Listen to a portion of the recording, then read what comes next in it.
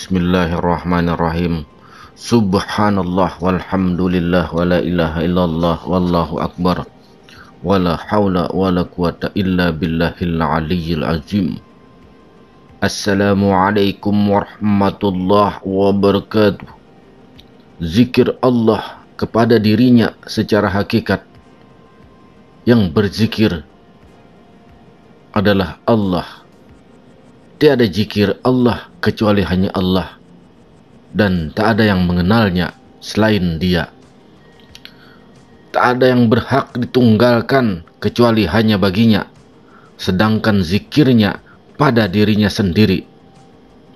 Sesuai dengan firman-Nya, sungguh zikirnya Allah adalah zikir terbesar. Zikirnya Allah yang maha agung dan luhur pada dirinya adalah zikir paling besar dan paling agung, paling sempurna dibanding zikirnya makhluk kepadanya.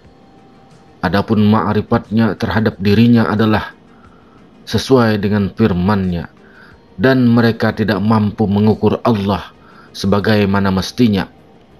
Allah Ta'ala lah yang maha mengenal kesempurnaan zatnya dan keagungan sifatnya. Selain Dia, tiada yang mampu, apalagi hanya sebagai makhluknya.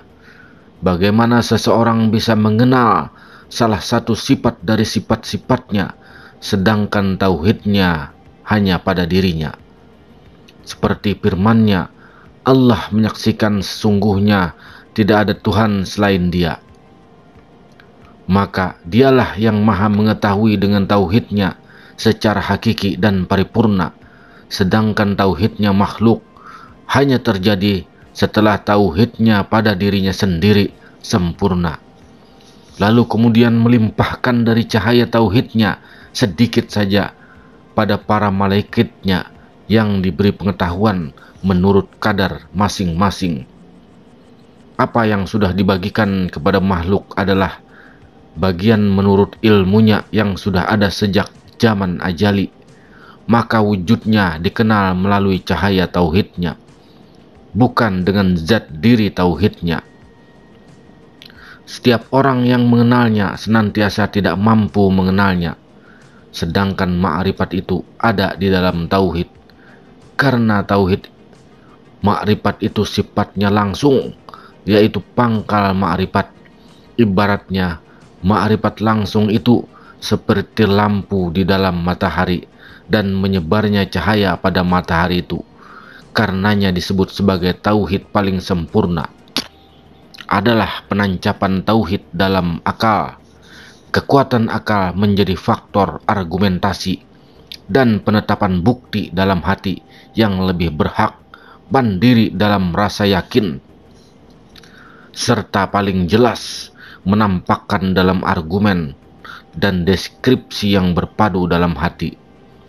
Tak satupun orang yang menemukan dengan bukti dari bukti-bukti langsung dirinya dan mewujudkan hakikat dengan benar serta kritik yang benar dibanding penemuan akalnya yang tanpa mengekor maupun tanpa skeptis, sehingga tidak ada lagi sangkaan dan keraguan. Sebab bertaklid dalam tauhid itu akan jauh dari anugerah, tidak berguna dan tidak bermanfaat. Sebab taklid itu sendiri merupakan pengekoran jejak orang lain tanpa mengenal bukti, tanpa merasakan sendiri kenyataan dan dalil. Tak ada yang rela pada taklid kecuali orang yang pemahamannya bodoh, keras wataknya, bebal pikirannya, bodoh dan hina, terjauhkan dan terhijab, terdampar dan terabaikan dalam kerusakan. Semoga Allah Subhanahu wa Ta'ala melindungi kita semua dari tirai sifat seperti itu dan menjadikan kalian semuanya sebagai ahli pengetahuan, pemahaman dan hakikat serta ma'rifat bersama anugerahnya. Diriwayatkan dari Abu Sa'id Al-Khudri radhiyallahu anhu dari Nabi sallallahu alaihi wasallam, beliau bersabda, kolbu itu ada 4, yaitu kolbu putih susu yang di dalamnya ada lampu yang memancarkan cahaya. Itulah kolbu orang yang beriman. Dan kemudian kolbu hitam terbalik, itulah kolbu orang kafir, dan kolbu yang tertutup, yang terikat pada tutupnya, itulah kolbu orang yang munafik. Kemudian kolbu yang bermuka dua, di dalamnya ada iman dan kemunafikan. Iman di sini ibarat tumbuhan sayur yang mengalirkan air yang bagus, sedangkan munafik di sini ibarat luka bernanah yang menimbulkan kuman. Dari dua materi itu, manakah yang lebih menang? Maka hukumnya diberlakukan apakah ia mukmin atau munafik. Sayyidina Ali, semoga Allah memuliakan wajahnya radhiyallahu an, kolbu putih susu adalah karena proses pemutihannya yang dilakukan melalui juhud di dunia dan menyingkirkan hawa nafsunya. Sedangkan lampu yang memancarkan cahayanya adalah cahaya yakin, di mana rasa yakin tampak jelas.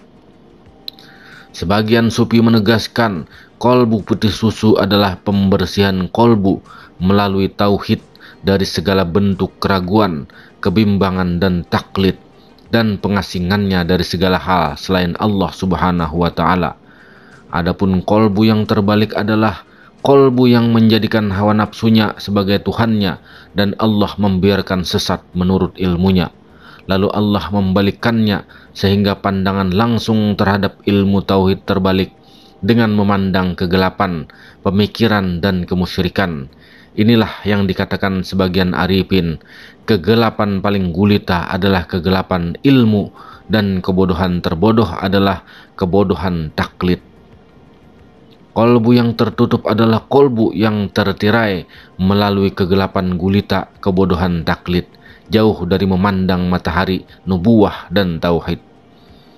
Allah Subhanahu wa Ta'ala berfirman, mereka berkata, sesungguhnya kami mendapati bapak-bapak kami menganuti dan sesungguhnya kami orang-orang yang mendapatkan petunjuk dengan mengikuti jejak mereka. Dan demikianlah kami tidak mengutus sebelum kamu seorang pemberi peringatan pun dalam suatu negeri, melainkan orang-orang yang hidup mewah di negeri itu mengatakan, sesungguhnya kami dapati bapak-bapak kami menganut suatu agama, dan sesungguhnya kami adalah pengikut-pengikut jejak mereka. Al-Zukhruf ayat 23-24. Dan bila ditanya pada mereka, ikutilah apa yang telah diturunkan Allah, mereka menjawab, tidak, namun kami mengikuti apa yang telah kami dapatkan dari bapak-bapak kami. Kolbu yang bermuka dua adalah kolbu yang penuh keraguan, mondar-mandir antara hawa nafsu dan cermin pengetahuannya, dengan aib rasa aman dan aktivitasnya. Riya sendiri adalah syirik, dan syirik itu menghapus amal. Riya terbesar adalah orang yang memamerkan iman. Allah Subhanahu wa Ta'ala berfirman, di antara manusia ada orang yang cukup membuatmu kagum ucapannya dalam hal kehidupan dunia dan dipersaksikan kepada Allah atas apa yang ada di hatinya, padahal ia adalah penantang paling keras. Al-Baqarah 204. Kemudian, dan mereka tidak melakukan sholat melainkan mereka itu pemalas. Maka celakalah bagi orang yang sholat, yaitu orang-orang yang lalai dalam sholatnya, yaitu mereka yang berbuat riya dan mencegah membayar zakat, menolong orang-orang miskin. Surah Al-Ma'un ayat 4-7. Jika disumpulkan, dimanapun posisi kolbu senantiasa berfungsi sebagai penegas, bukan perusak. Dikatakan bahwa kolbu dalam kekuatan cahaya dan tauhidnya serta pancaran sinarnya ibarat cahaya lampu. Dalam lampu itu kolbu, airnya adalah akalnya kolbu. Sedangkan minyaknya merupakan tempat bagi pengetahuan kolbu yang merupakan ruhnya lampu atau pelita. Dengan ilmu yang banyak, maka tumbuhlah ruh al-yakin yang dikukuhkan dengan ruh dari yakin itu sendiri. Sedangkan sumbu lampu sebagai tempatnya iman yang merupakan asal dan penegak iman yang melimpah darinya. Maka dengan kadar beningnya kaca lampu yang merupakan kolbu yang bersih, muncullah warna air yang merupakan akal penguat, dan menurut kadar beningnya minyak, jernih dan meresapnya yang melebur, yang merupakan ilmu, maka memancarlah cahaya an-nur yang merupakan tempatnya iman dalam potensinya ketika juhud, takut, dan penghormatan karismanya.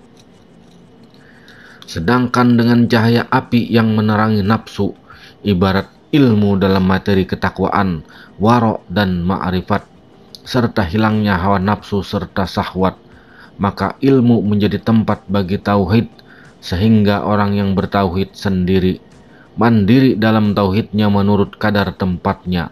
Tawakal sebagai aktivitas kolbu, tauhid adalah ucapan kolbu, dan majelis tertinggi paling mulia adalah duduk disertai tafakkur di medan tauhid. Wallahu a'lam bissawab. Wassalamualaikum warahmatullahi wabarakatuh.